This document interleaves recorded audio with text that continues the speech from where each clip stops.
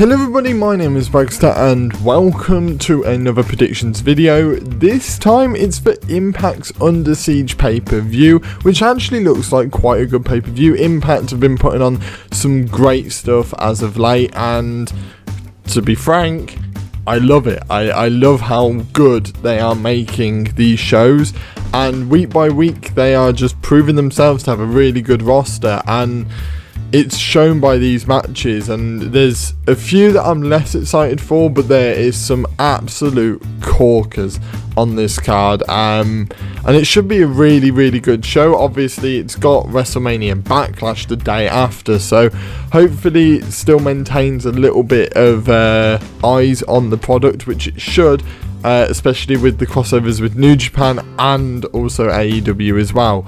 So without further ado, we'll start with the first match on the card, which is a number 1 contenders match for the Impact Tag Team titles between Ace Austin and Madman Fulton are facing TJP and PT Williams. They are facing Triple XL and they are facing Rohit Raju and Shera. Yeah, it's a lot harder when they don't have names for their tag teams. But I'm gonna go with, for this one, I'm gonna go with Ace Austin and Madman Fulton. Yes, I'm gonna go with Ace Austin and Madman Fulton. Now this is probably my heart over my head, if I'm honest, because I was thinking, well, a heel's got to win, and I feel like that means that TJP and Peter Williams probably won't win. So then I'm looking at the other teams. Triple XL, they aren't that great, and they won't seem like a threat, especially when I think the next pay-per-view is against All Odds or something like that. So I feel like you need a little bit more. And then for me, it's between Rohit Raju and Shera and Ace Austin and Madman Fulton. I feel like Ace Austin and Madman Fulton's momentum is going to take them through this one.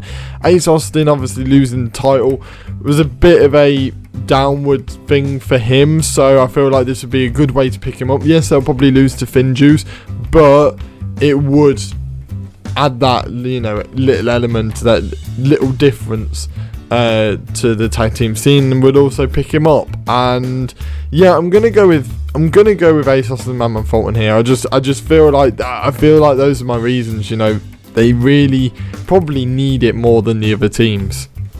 Next up on the card is Kimberly and Susan versus Taylor Wilde and Tennille Dashwood. Now this is quite a hard one to predict for me. I'm going to take a risk here. I'm going to go with Kimberly and Susan. I feel like the tension between Wilde and Dashwood is going to bubble over here, and then that will probably turn into a Taylor Wilde versus Tennille Dashwood match at the next pay-per-view. That's kind of what I'm going for. Now they could surprise me and have Taylor Wilde like go dirty and then like turn heel. I just don't think that's going to happen. It could happen, but I don't think it will.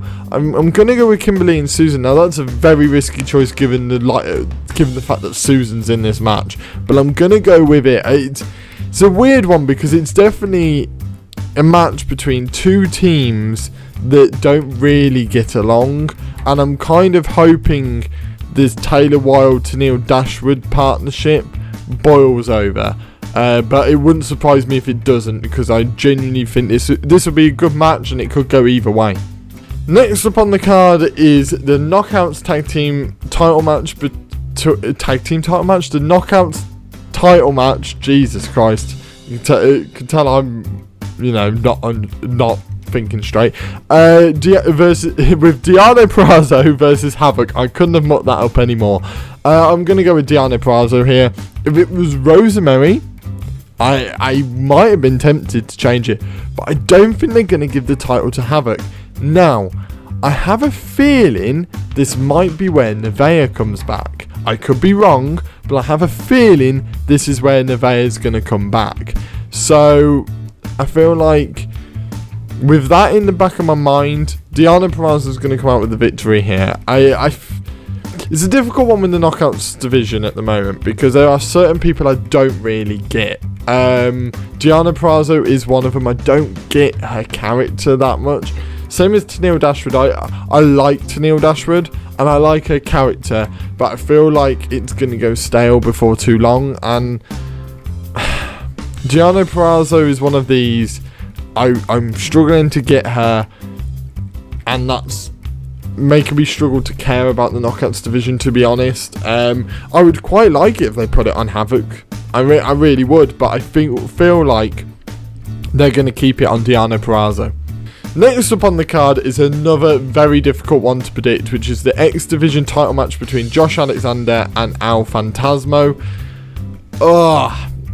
I'm going to go with Josh Alexander.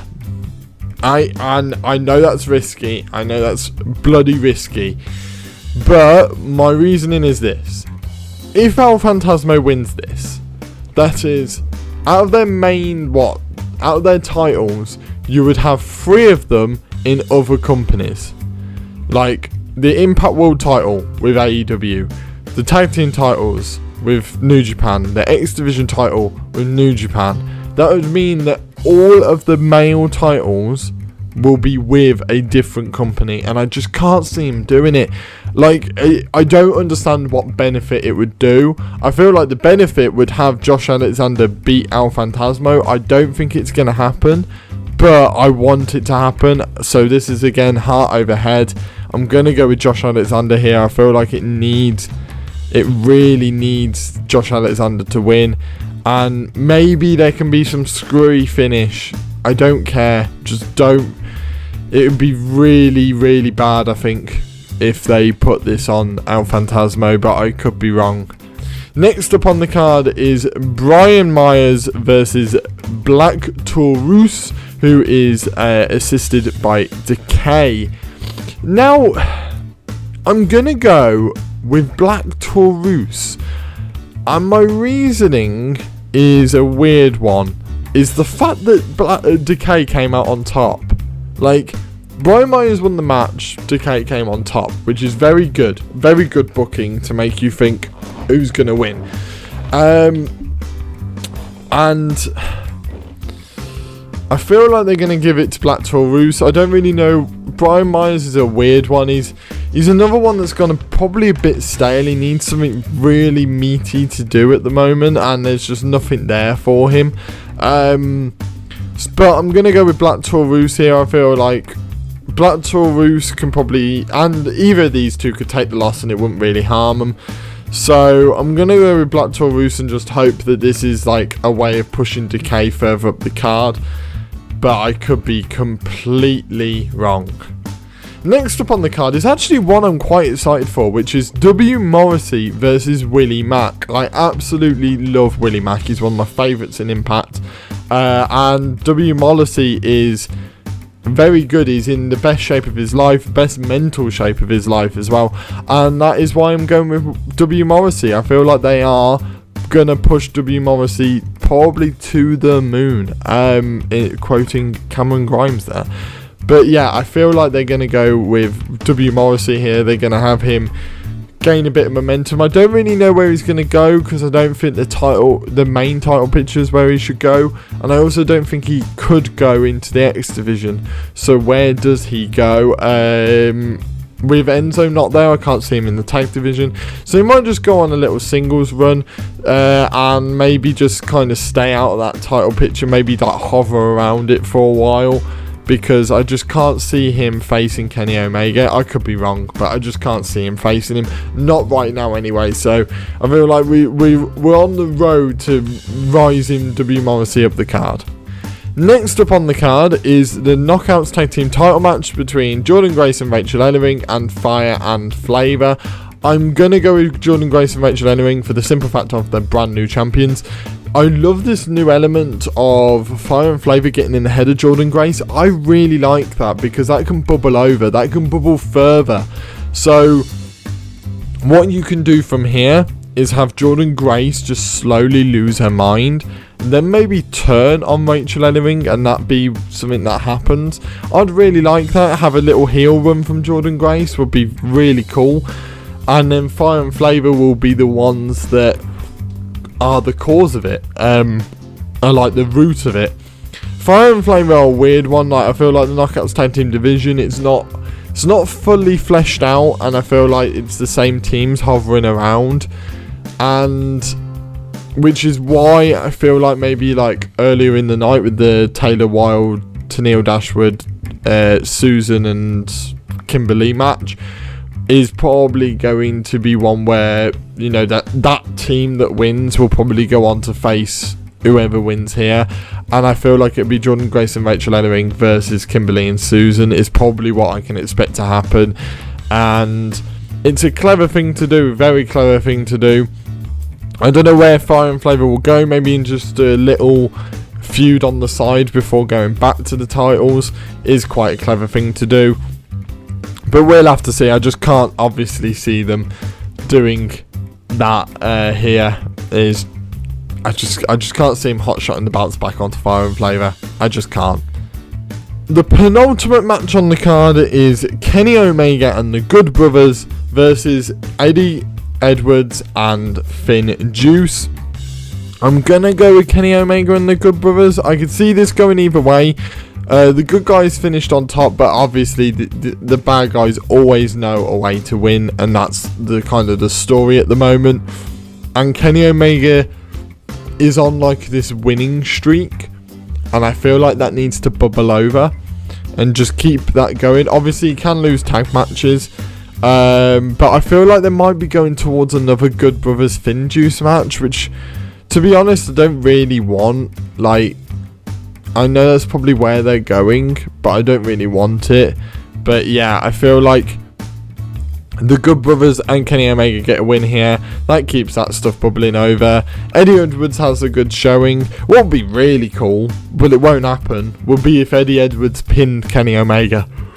That would be awesome. That would genuinely be awesome. I love booking like that, where in a tag match, like, the champion will get pinned, and it's like, oh my god, like, you know, what if that happens in a singles match and then it leads to a singles match? Always love that type of booking, really do, especially when it's used effectively. But I don't think that'll happen here. I feel like Kenny Omega and the Good Brothers will walk away with the win, and it makes sense. It does make sense, and it will then bubble over into Against All Odds, bubble over into Double or Nothing, and we'll just keep this all ticking over until someone topples Kenny Omega.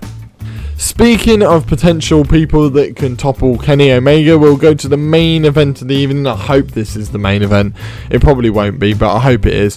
Which is the 6-way number 1 contenders match between Chris Sabin, Chris Bay, Sami Callihan, Mack Cardona, Trey Miguel, and Moose.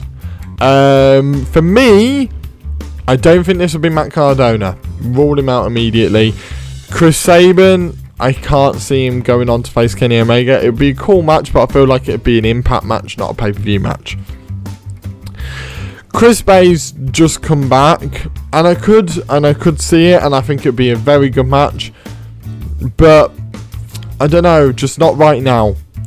Sami Callihan. Sami Callihan is the outside pick for me.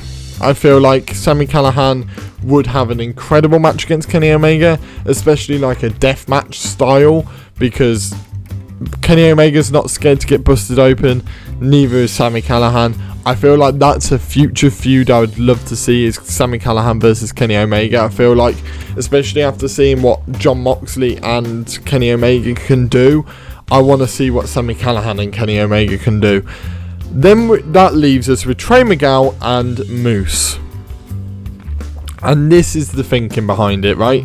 So you got Trey Miguel, the face, the big baby face, the one that the fans will root for and then get battered by Kenny Omega, and then everyone's like, no, not Trey. Moose is the most likely candidate to beat Kenny Omega. Moose's contract is apparently ending in June or July. Do you know what's also in June or July? The next pay-per-view. What a storyline that would be, is to have Moose face Kenny Omega and be unsuccessful. But I don't really know. I'm gonna go with Moose.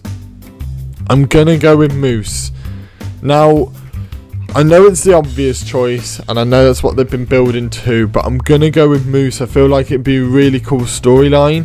The problem is, though, if Moose's contract does run out, where does he go? Because I would love to see him in NXT, but I'm not sure he would.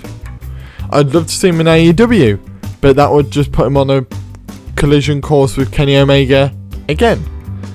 And if he re-signs with Impact, what's the point of the storyline?